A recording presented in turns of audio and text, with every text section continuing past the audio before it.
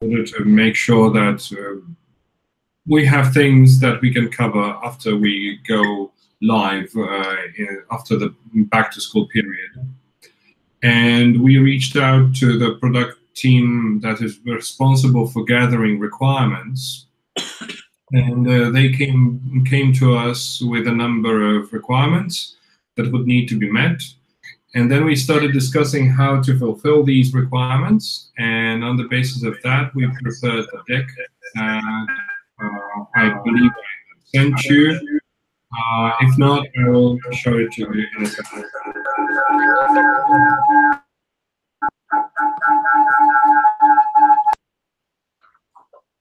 Okay, all right. In the left. Okay, so so let me show you the deck, unless you know it. So I called it post-release roadmap. By release, I mean well, end of August, maybe September. As you can see, there's some slight timeline: June, end of August, polishing existing functionality, bug fixing, and then September till nobody knows when. We have convergence and further development. So let me tell you what this convergence, what I mean here by convergence, and why we have so many question marks. It is due to the fact that I spoke to Manik, I believe it was in May when he was in Poznan, and he told me, he warned me that we shouldn't plan anything post-September, beginning of September. For one reason, as you might know, Manik, together with the Poznan team, are building something that is called Platform. They also call it Pulse 2.0, which is a number of services, reusable and shareable services that can be used for different platforms. One of the examples of the process is the product service update that, as we all experience, is done in a quite rapid quite rapid but effective way, because they could deliver it. However, we need to assume that certain things may change quite quickly, right? That's why we shouldn't plan anything very concrete after September. When this platform matures, then we'll be able to know more and we'll be able to determine what we can deliver. Therefore, we should not focus on, in this discussion, we're not going to focus on anything that would require backend, right? We're going to focus on the things that we can deliver at the app level that are not related to backend, that are not dependent on backend, because these things are not going to change, right? So let me tell you what the general requirements that we receive from the market were. So more fun gamification elements, communication between teacher and student, visibility of student engagement for the teacher, extended practice opportunities. As you may guess, points 2 and 3, communication between teacher and student plus visibility of student engagement for the teacher, immediately dependent on backend, right? So these are the things that we are not even going to discuss today. We can go through them just to see what they could be, but at this point, it is impossible for us to design them or to discuss them in detail, right? Because we don't know what the platform is going to be post-September. I believe that post-September, we're going to have enough time to clarify these things, to discuss roadmaps with the platform and Pulse 2.0 and everything, that we should now focus only on the things that we can deliver. Yeah, note on suggested improvements capabilities listed in the deck are based on suggestions from Marek Jędryka, who is the director of the team, current director of the team that gathered the requirements, and findings how these requirements are covered in existing apps such as Duolingo, Buzu, Babbel, Memrise, Quizlet, TinyCars, etc. So let me show you what the capabilities that we call unofficially low-hanging fruits are. So easy. So we could implement certain easy elements. By easy, I mean that their implementation is not dependent on backend services. I'm not saying that they are trivial to deliver, to develop, but we can safely assume that if we decide to deliver them, we can do everything at the app level, and we don't need to integrate with any backend services. First of all, praise user for high score, right? And completing a number of activities in a row or within a period of time. This would need to be clarified in terms of what we would actually, what information we would gather, for what we would praise the user. These are just examples. So all these things would need to be determined in detail. Of course, we would need to determine we would need to define what is high score and how many activities the user would need to complete within a particular period of time in order to be praised, etc. We would also need to discuss with Nathan and with the UI what these animations that would be displayed, if there are animations, for this appraisal would look like, or maybe we would just display a banner. All these things would still need to be discussed and clarified. Then we have another point. Let me just close the door, sorry. Okay. Then we have point number 2, encourage user to practice more if they do not score high in the app. So we would also need to monitor if the user does not score high in the app for a particular period of time, or in this particular moment, we would display a banner or an animation which would suggest that, well, you should try to practice more with this or that in order to be better, right? Something like that. This is an answer to this more fun and gamification, right? This is not really related to gamification, slightly maybe, but this is more fun at least. Also, remind to the user about the app if they have not opened it for a set period of time. This could be done with local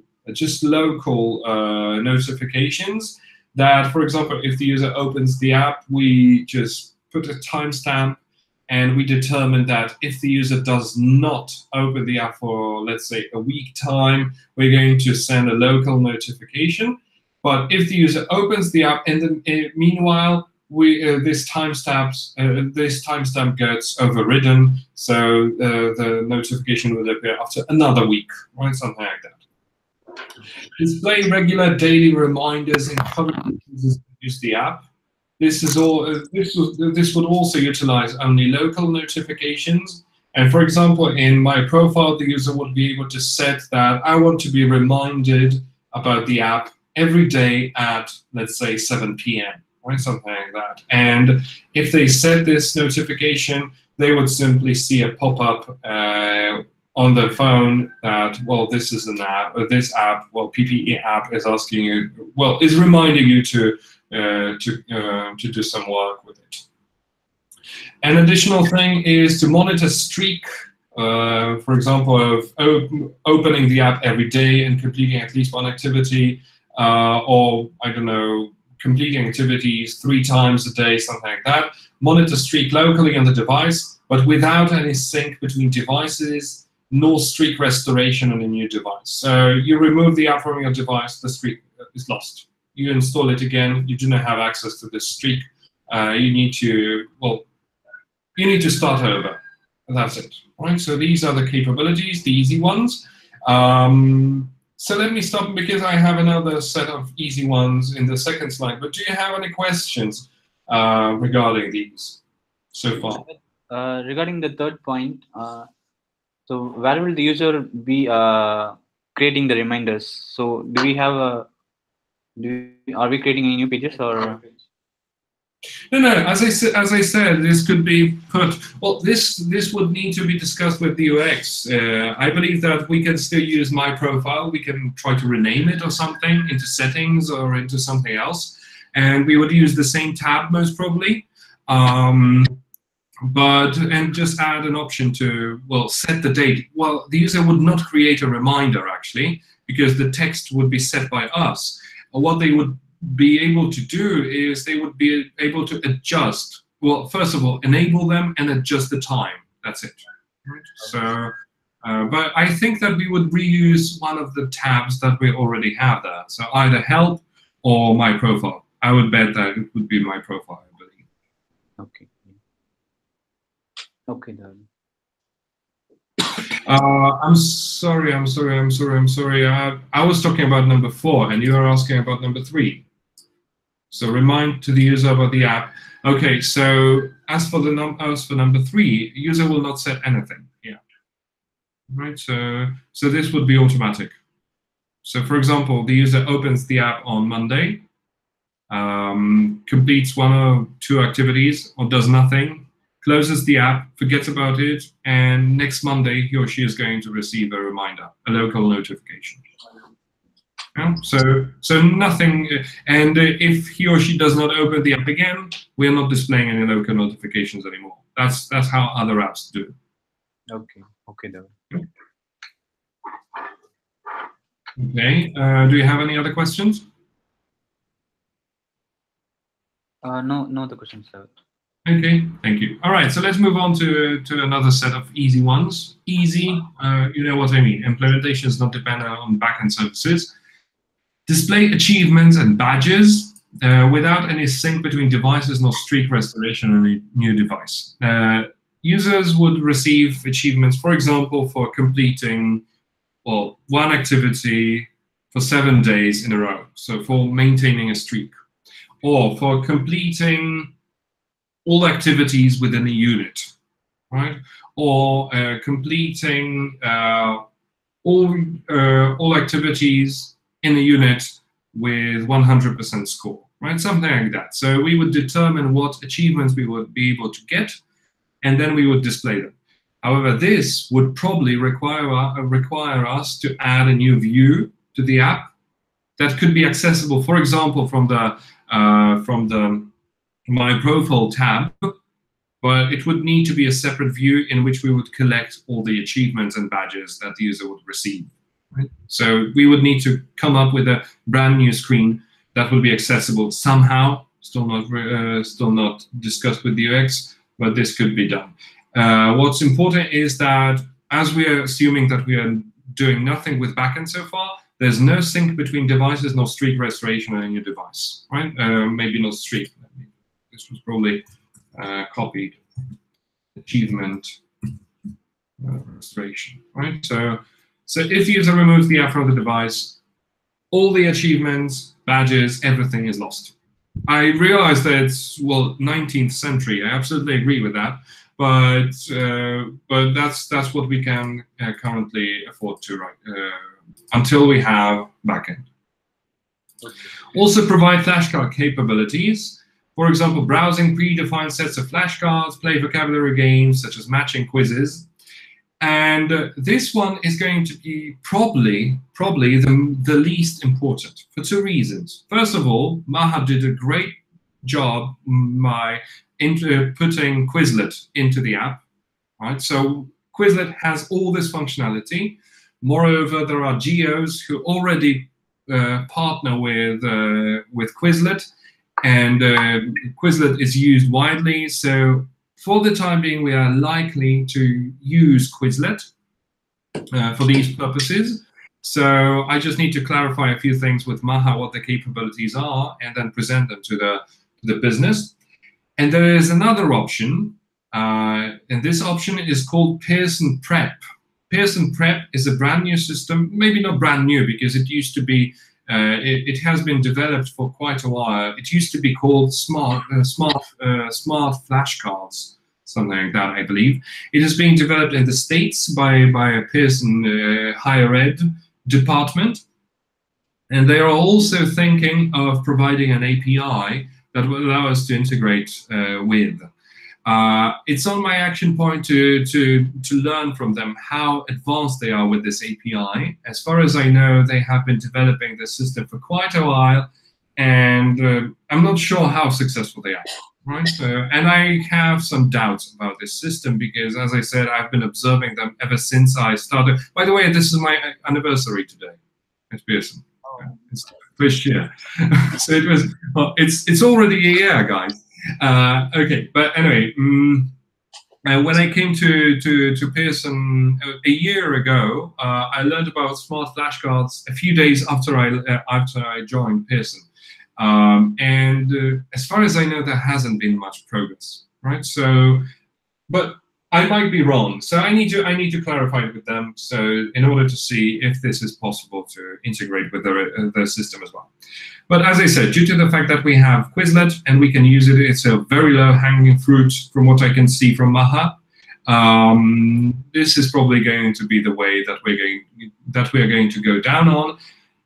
But later we are going to probably create our own engine. But as I said, this is low priority. And also, this is something important. Unlock particular lessons containing activities if the user has completed other activities. For example, the user has completed Unit 1 and we make Unit 2 visible. I spoke to Gerald and to Paul about it, and I told them that, you know, guys, we're going to have lots of problems here because in current setting and in current architecture, what we do is we just fetch the JSON file and we display the TOC. End of story, right? And there are no flags in the certain items in the TOC that would allow us, okay, this thing should be hidden, and we're going to make it visible only if the user completes lessons 1, 2, or 3, and then we show lesson 4 to the person. And they accepted it. They said, okay, if it cannot be delivered easily, then we're going to give it up. But then Gerald came up with an idea that we would do it exactly as it's in this description. So let's assume that the user has unlocked the whole system, the whole product. So for example, startup level 1 is unlocked. So in theory, they have access to Unit 1, 2, 3, etc., not just the first unit. However, we allow them to play activities only if we detect that all activities in Unit 1 are completed. This is, I believe, doable at the app level, that we would just save scores for the user and determine a rule that, for example, in this product or in all products, we do not allow the user to complete another unit unless they have completed the previous one. Okay? This would still need to be discussed with the business. I dislike this idea, but it is possible that we could probably do it. Okay? So that's it. So do you have any questions regarding this slide and these functions?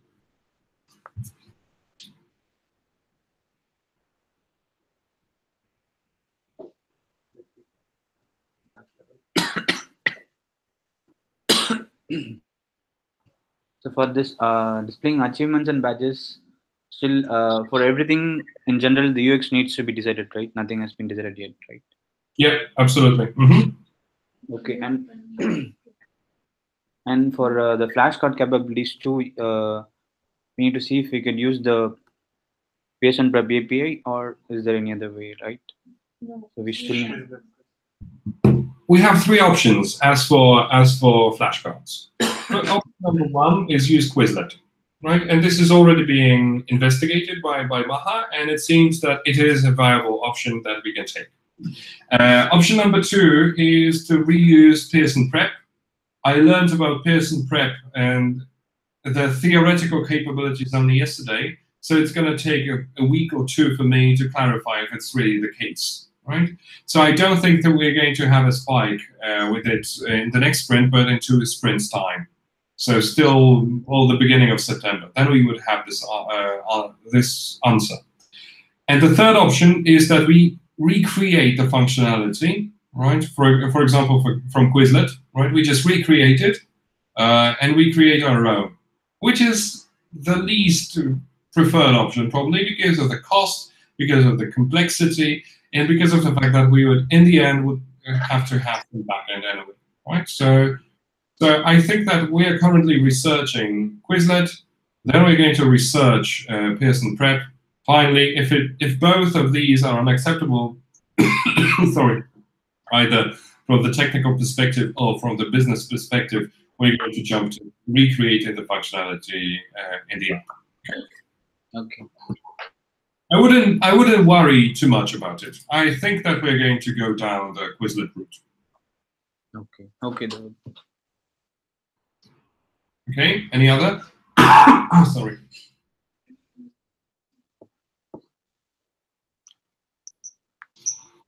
Okay, if not, let me go to the challenging ones, just for your information. Right? As I said, we're not planning it in too much detail because there are dependencies. First of all, sync achievements, badges, and streaks, which require significant changes to PEP and/or building PPE-specific backend layer and/or using external cloud services. Because, well, nobody says that we actually need to use PEP or the platform. Well, I believe that if there is the platform, I believe that there is going to be a requirement that we would use it. However, if it turns out that the business are insisting on having it as soon as possible and the platform cannot deliver it quickly, I think that what we could analyze is using, for example, Google Firebase. And so we would use a cloud service, an external cloud service, for maintaining streaks and achievements and badges and things like that. Right? So this is option number one that we could. And if we could go down this route, I think that this would be far less challenging than we originally assumed. Right? So this is number one. Number two, display student engagement to the teacher. For example, time spent, scores, but this would require significant changes to PEP and building PPE-specific backend layer. And here, we would definitely use PEP because PEP is the system that connects teachers with students into classes, as far as I know, that's what they call it. So here we cannot use any external cloud services because it doesn't really make sense because we would need to recreate what PEP does. So, but as far as I know, there are lots of limitations in PEP right now, and currently it's not usable for us at all. Okay.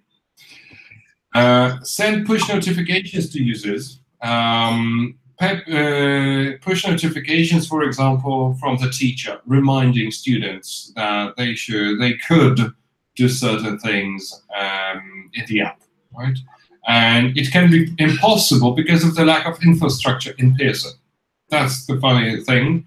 When I worked with Manik on developing the MePro Parents app, there was also a requirement to have notifications, most preferably push notifications. And Manik responded that no, it's impossible because of the infrastructure flaws in Pearson. As far as I know, Pearson Higher Ed have push notifications, and this route would also need to be investigated from my end, probably. But this would still require much more work, back-end work, because we would need to figure out how to send notifications, how to send these push notifications, who should send them, in what circumstances, and so on. Right? So this is parked. And also suggest additional activities to users on the basis of their performance. This will require changes to the barbecue structure, so the structure that is generating TOCs. So if they agreed, the barbecue development team and product team would accept the fact that we would need it, they would need to provide us with certain mechanisms that would allow us to determine, okay, if the user has completed lesson 1 and lesson 2, we are now going to allow him or her open lesson 3, right? So we would need this information encoded somehow in the TOC. I don't know how, I don't know if they would agree to that, but this would be a requirement. Okay, so we would need to create a dependency map for the TOC, which is not going to be trivial at all, I believe. David, can you, apart from the technical side, can you just simply explain fourth point? what does need to be done? The last one, fourth one. Okay, the fourth one. Okay, so as I told you in this easy ones, there is a requirement that we would unlock particular lessons containing activities if the user has completed other activities. Right. So, for example, the user should be able to unlock and should should be able to, for example, complete lesson 1 and unit 1, but lesson 2 would be active only if the user has completed this lesson 1. Okay? Okay. So you mean both are the same thing? The same thing is that we currently cannot deliver this functionality. Yes. Because we have no means to encode that this one should be opened if the user has completed something else. The only thing that we can deliver, as I told you, is that we are monitoring units, right? For example, that we can see that the user has completed all activities in unit 1, so we're going to allow him to open unit 2. I think this is doable at the app level. But if we wanted to make it more refined, for example, activities from lesson 2 are available only if the user has completed lesson 1, or if the user has completed activities in lesson 1 and he or she scored, let's say, 60% only, then we can deliver some additional activities to this person. This is far more refined and will require a lot of work at the back-end side that will allow us to determine when, in what circumstances, we should display anything new to the user. Okay. Yeah. Okay. Okay. As I said, these difficult ones are not the things that we should be discussing right now. I just wanted to go through these, maybe except for this syncing, if we wanted to use external cloud services. But because then this does not require us to rely on any backend services except for this cloud service that is available anytime. I would focus only on these easy ones. Okay? Yeah. Okay. So the plan now, what I am expected to deliver right now. I'm expected to deliver, first of all, your confirmation that these things are easy in terms of they can be delivered at the app level. And if possible, you could try to determine how much time it would take to deliver all these. Of course, you don't know the details. You don't know the details. So it would be very, very rough estimate. Okay? If it's a question of a month, 2 months, 3 months, something like that. Okay? I absolutely realize that it all depends on the details. So we can have more sessions like here, like we are running right now, to go through each and every of them. Give me some time to refine these, and then we can try to determine, well, estimate them in more detail. Right? So that's it. So from what I would expect from you now is that unless you have access to the deck, I'm going to share it with you. Please have an internal meeting.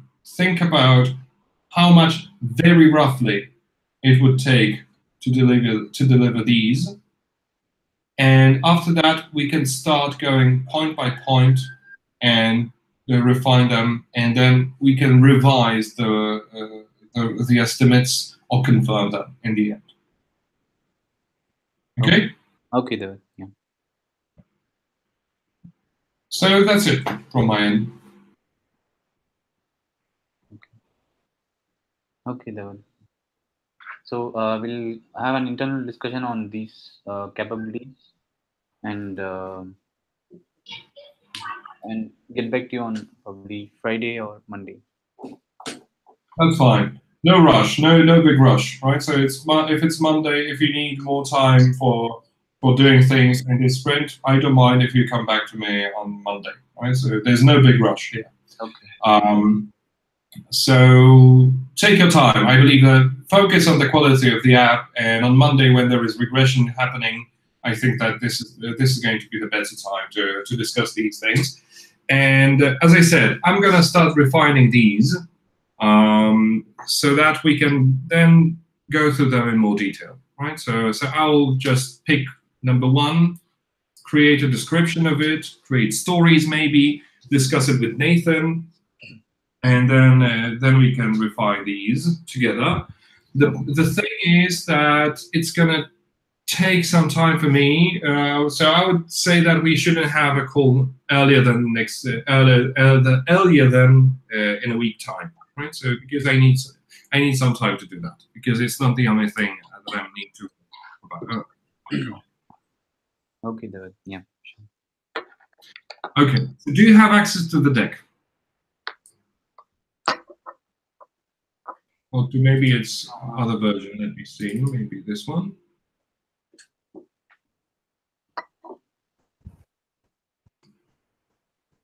Yes, sir. I think we have it for the older version, not for the new one.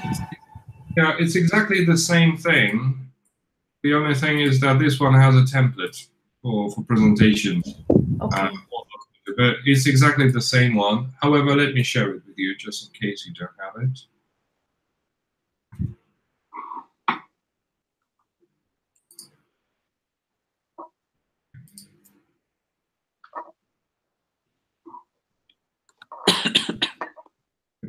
I'm going to share this one with you too. If you see any, but please do not edit it. Okay?